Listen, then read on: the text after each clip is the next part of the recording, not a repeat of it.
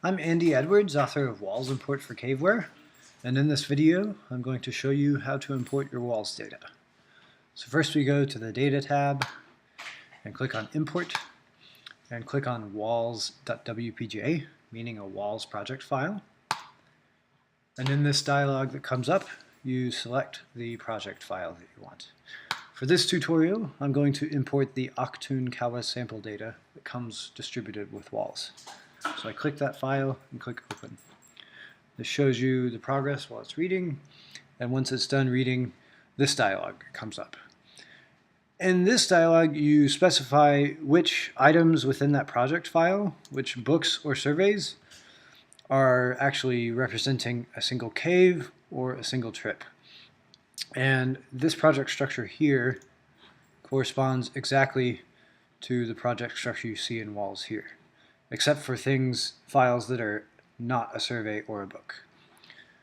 So in the typical case, when your file has only one cave in it, you should just select the root node and click in this drop-down and select this to say that the whole file is a cave.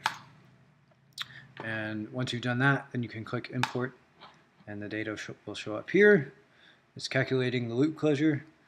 Then when the length and depth show up, then it's done calculating loop closure, and you can see the data in the 3D view like this.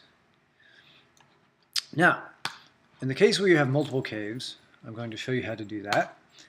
One important caveat is that Caveware currently doesn't import or store geographic references or fixed station locations. So it can't show the correct offset between caves in 3D view.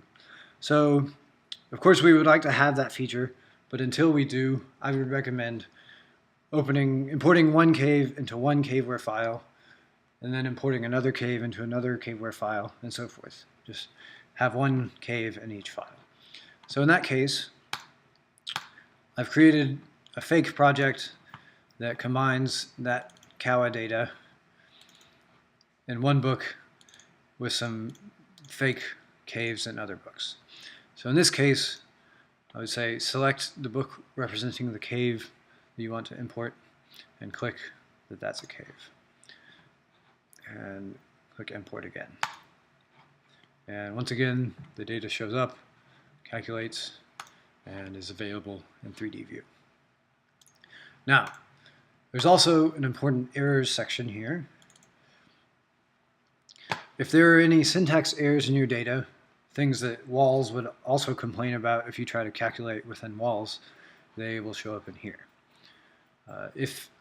In this pane, this shows things that are warnings specific to trying to import from Walls to Caveware. So for instance, it warns that it can't import the geographic references, that it can't import the fixed stations.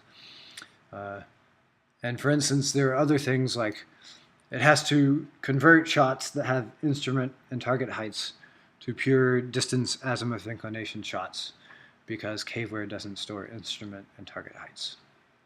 So this lets you know if anything changed or is missing in the imported data. So if something does seem to be missing unexpectedly when you import your data, you might want to check this pane for the warnings before reporting a bug. So that's all, and happy caving!